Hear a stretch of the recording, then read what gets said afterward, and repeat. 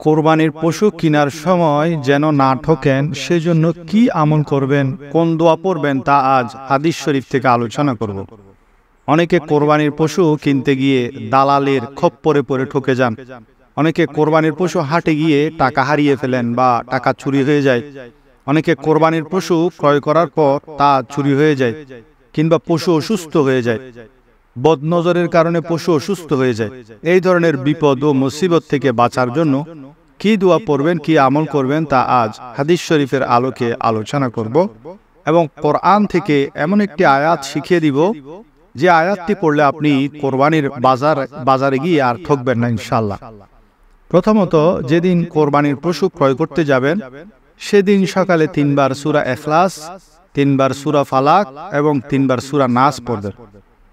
তাহলে তিরমিজি শরীফের ৩৫৭৫ নং হাদিস মোতাবেক সারা দিনের জন্য এই ৩টি সূরা আপনার জন্য যথেষ্ট হবে।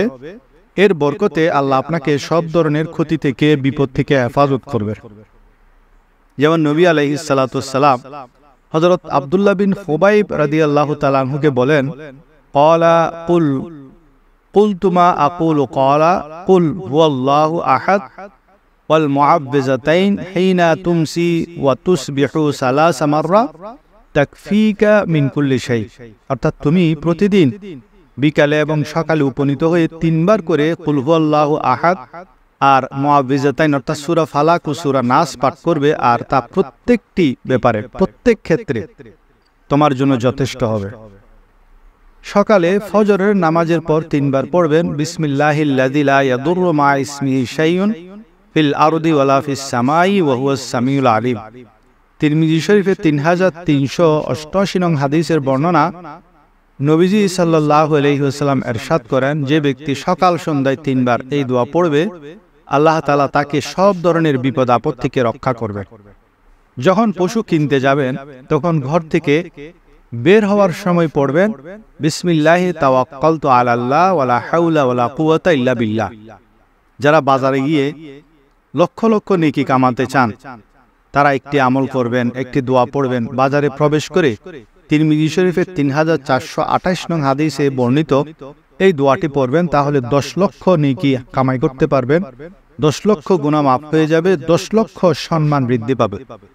এই দোয়াটি হলো লা ইলাহা ইল্লাল্লাহু ওয়াহদাহু লা শারীকা লাহু লাহুল মুলকু ওয়া লাহুল হামদু ইউহয়ি ওয়া ইউমীত ওয়া হুয়া হাইয়্যুন লা ইয়ামুতু বিয়াদিহিল খায়র ওয়া হুয়া আলা কুল্লি শাইইন কাদির।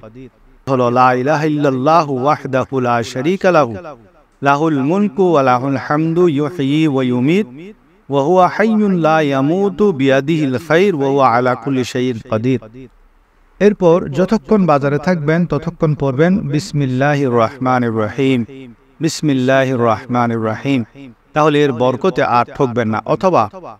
অথবা বনী ইসরাইল নিখুঁত গরু কেনার ব্যাপারে মূসা আলাইহিস সালাতু ওয়াস সালামের সাথে যে কথা বলেছিলেন, যে সে আলোচনাটি আল্লাহ রাব্বুল আলামিন সূরা বাকারার ৭০ নং আয়াতে বয়ান করেছেন। যদি বাজারে গিয়ে সূরা বাকারার সেই ৭০ নং আয়াতটি তেলাওয়াত করেন তাহলে ইনশাআল্লাহ আপনি সঠিক দিশা পাবেন। সে আয়াতটি এবং তার অর্থের দিকে খেয়াল করলে বুঝতে পারবেন কোরবানির পশু ক্রয় করতে কেন এই আয়াতটি পড়বেন। ক্বালু দুউ লানা রাব্বাকা ইউবাইয়িন লানা মা হি ইন্নাল বাকারা তাশাবাহা আলাইনা ওয়া ইন্না ইনশাআল্লাহু লামুহতাদুন। অর্থাৎ তারা বলল, আপনি প্রভুর কাছে প্রার্থনা করুন, তিনি বলে দিন যে সেটা কিরূপ, কেননা গরু আমাদের কাছে সাদৃশ্যশীল মনে হয়। ইনশাআল্লাহ এবার আমরা অবশ্যই পথপ্রাপ্ত হব। মূসা আলাইহিস সালাম বললেন, তিনি বলেন যে এই গাভী ভূকর্ষণ ও জল সেচনের শ্রমে অভ্যস্ত নয়, হবে নিষ্কলঙ্ক, নিখুঁত হবে। যখন পশু কিনে আনবেন রাতে চুরির হাত থেকে বাঁচার জন্য বুখারী শরীফের ২৩১১ নং হাদিস মোতাবেক আমল করবেন। হাদিসটির ঘটনাটি খুবই সুন্দর। সেই লম্বা ঘটনার সারসংক্ষেপ হলো, হযরত আবু হুরায়রা রাদিয়াল্লাহু তাআলা আনহুকে প্রিয় নবীজি সৎকার মাল পাহারা দেওয়ার জন্য দায়িত্ব দিলেন। তিনি পরপর ৩ দিন একজন চোরকে পাকড়াও করলেন। আবু হুরায়রা প্রথম 2 দিন তাকে ছেড়ে দিলেন, কিন্তু তৃতীয় দিন না ছাড়লে সেই চোর বলল, আপনি আমাকে ছেড়ে দিলে আমি আপনাকে এমন আমল বলে দিব যা করলে আল্লাহ একজন হেফাজতকারী নিযুক্ত করবেন এবং ভোর পর্যন্ত শয়তান আপনার কাছে আসতে পারবে না।